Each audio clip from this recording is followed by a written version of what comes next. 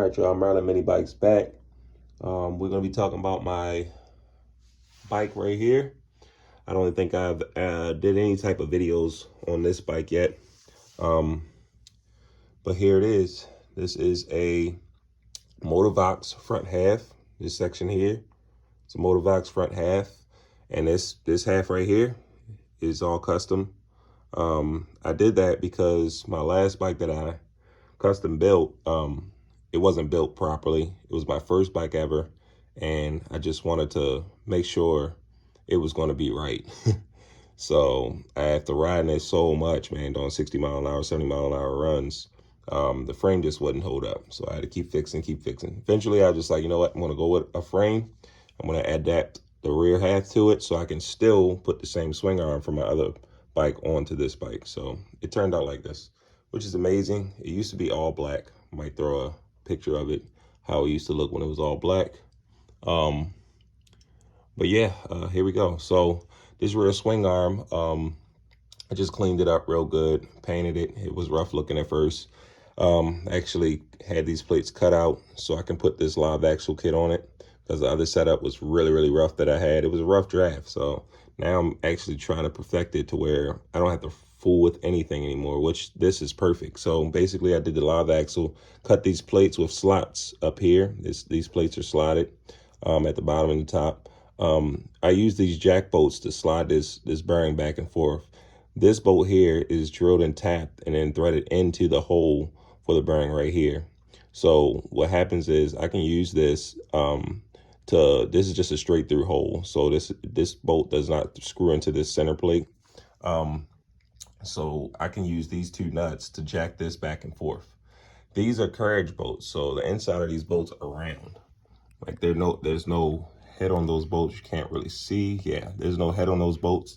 What happens is there's a square on the inside of the head, but it's round, but it's a square there. The square sits inside the slot that I drilled, that I had cut out for this plate.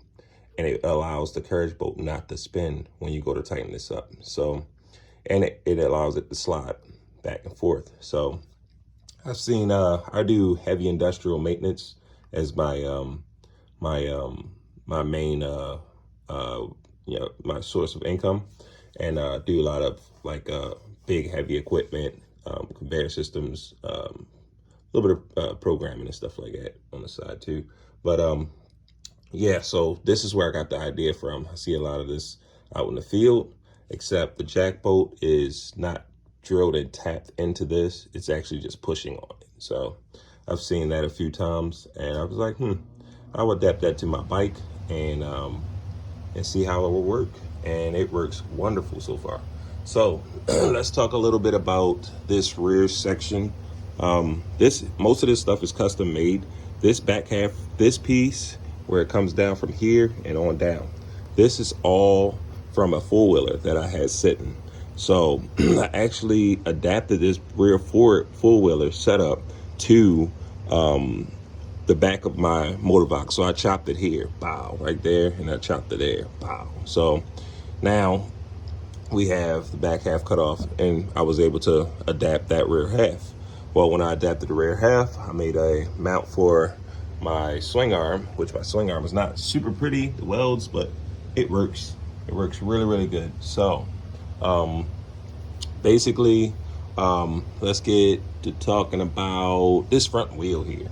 So this front wheel I found on AliExpress, and this wheel is a 10-inch aluminum Z50 monkey wheel. I got it for 35 bucks. Now I've seen it selling on, I think, Go Power Sports, and they sell the full kit for, I think, 180 or 150 or something like that. This total setup cost me about, well, the wheel was 35 bucks. And the hub was another 35 bucks, so that's 70 bucks. And then I just got the rotor, which was like $9.99 on Amazon. So the wheel was the only thing I got from AliExpress. The hub and the rotor I got from Amazon, and it works. So it's a 12 millimeter shaft. and they look absolutely crazily amazing. This is my own front brake kit. This is something I made myself. This went off the design for Go Power Sports, and it works slightly different, slightly easier to work with. Let's get on this side so you guys can see the face of that wheel. So this is how the wheel looks. It is amazing. I absolutely love it. So that's just a little bit about my maroon bike. Like I said, this bike used to be black. We are in Maryland. That's the number there to call. But yeah, this is this is my baby. So here it is here. Another bearing on this side. Two separate bearings because this was just like a rough draft.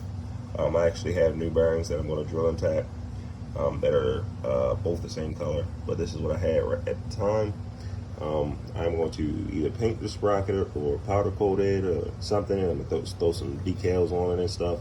I had this one on there. This was a 50.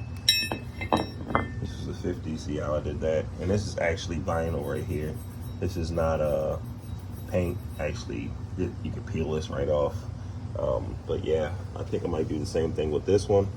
The only thing about this one is my gold chain. When you sit it on there, it's really close to the tire. Coming off the tire, it kind of touches. So what I'm gonna do is I have a lot of room in here, a lot of clearance in there. I'm gonna space this sprocket out just a hair, just about that much, to where it's really close to the swing arm but not touching. And that way it'll give me enough clearance and my chain won't be rubbing my tire. But yeah, man, this thing is all custom, so I have to actually pay attention to everything that I do. I probably put, I would say, over I would say I probably put about I'm gonna say, because I think when I take this thing out, I'm talking about mileage, by the way, I'm trying to get it out. I would say I probably put about I would say like 1,000 miles on this bike. I would say about 1,000 miles on this bike. I think every weekend we ride about 30 to like about 50 miles every weekend. And that's not what I ride during the week. Like I like to cruise on this thing, and I just love the way it looks. It's a nice bike. Turned out really great, and I mean I love it. Full suspension, everything, man. It's just like rides like a dream. Yep. So you guys, I just wanted to give you a little rundown on this bike.